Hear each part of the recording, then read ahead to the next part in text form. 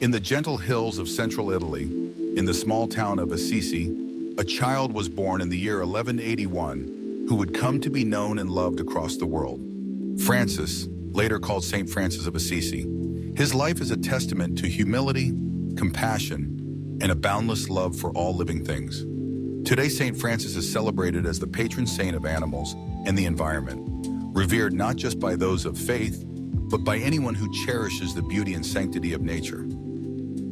Francis was born into privilege, the son of a wealthy cloth merchant. His early years were marked by comfort, luxury, and dreams of knighthood. But beneath the surface, Francis was restless. The world of riches and status began to lose its luster. It was in the quiet moments away from the bustle of business and the pageantry of society that he began to hear a different call.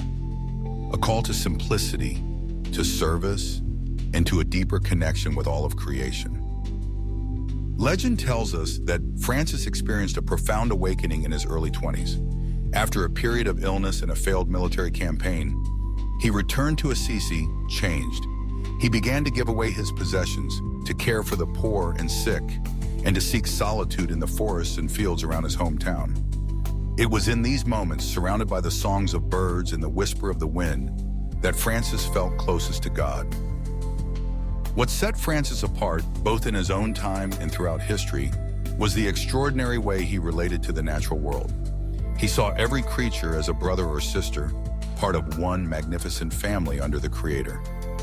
Birds, he said, were his sisters, and the sun and moon were his siblings. This was not just poetic language. It was the core of his spiritual vision. Stories abound of Francis's close kinship with animals. One of the most famous tells of his encounter with the fierce wolf of Gubbio. The townspeople were terrified of the wolf, who had been attacking livestock and people alike. Francis, moved by their fear and by compassion for the wolf, went out to meet the animal. Instead of driving it away, Francis spoke to the wolf gently, calling it Brother Wolf. He understood that the wolf was hungry, acting out of need, not malice. Francis brokered a peace between the wolf and the townspeople.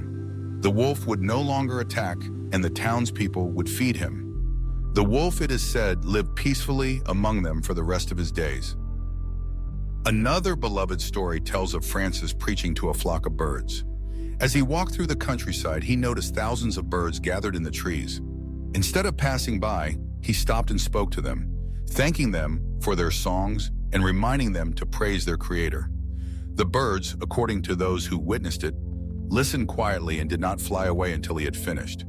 To Francis, every living creature was worthy of respect, attention, and love. But the teachings of Francis went beyond affectionate stories.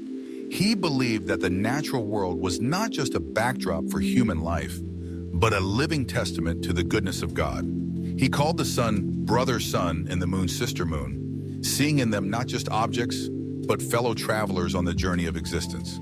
His famous Canticle of the Creatures is a hymn of praise to all elements of creation, earth, air, fire, water, plants, and animals alike.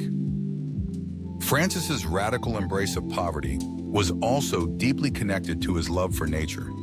By stripping away the trappings of wealth and status, he sought to live as simply as the birds in the sky or the creatures of the field. He reminded those around him that everything we have is a gift, and that true happiness comes not from possessions, but from gratitude, kindness, and wonder. Throughout his life, Francis's compassion extended to all who suffered, whether human or animal. He cared for lepers, comforted the sick, and found joy in the company of even the smallest creatures. To Francis, humility was not a burden, but a freedom, a way of seeing the world with clear eyes and an open heart. His message, so simple yet so profound, resonates powerfully in our own time. As we face environmental crises and the loss of countless species, the example of Francis calls us to remember our kinship with the earth and all its inhabitants.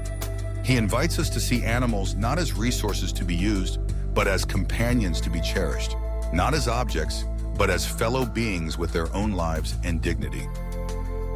In 1224, 2 years before his death, Francis reportedly received the stigmata, the wounds of Christ, marking his deep identification with suffering and love. Even as his health failed, his spirit remained undimmed. On his deathbed, he asked to be laid on the bare earth, returning to the embrace of the world he so loved. Today, the legacy of St. Francis endures in countless ways. Every year on his feast day, October 4th, people around the world hold special blessings of animals, gathering pets and livestock, birds and fish, to receive a prayer of protection and gratitude. Churches, gardens, and sanctuaries bear his name, and his gentle image, often depicted surrounded by animals, reminds us of the possibility of harmony between humanity and nature. But perhaps the greatest tribute to Francis is not in statues or ceremonies, but in the daily acts of kindness that his example inspires. Each time we care for an animal, protect a threatened habitat, or pause to appreciate the beauty of the natural world, we honor the spirit of Francis. His life is an invitation to simplicity, reverence, and joy, a reminder that we too are part of the great family of creation.